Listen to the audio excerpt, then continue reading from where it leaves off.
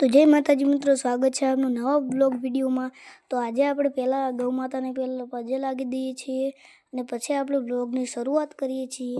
તો આજે આપણે જરા આગળ વધ્યા એટલે પણ પાડી દેખાણી, તો પાડી ઉપર પણ થોડો હાથ ફેરવી દઈએ છીએ અને પછી હું જાઉં છું કૂલરની હવા ખાવા, પરંતુ કૂલર ચાલુ નહોતું એટલે હું કૂલરના થોડીક પણ હવા ખાધી નથી।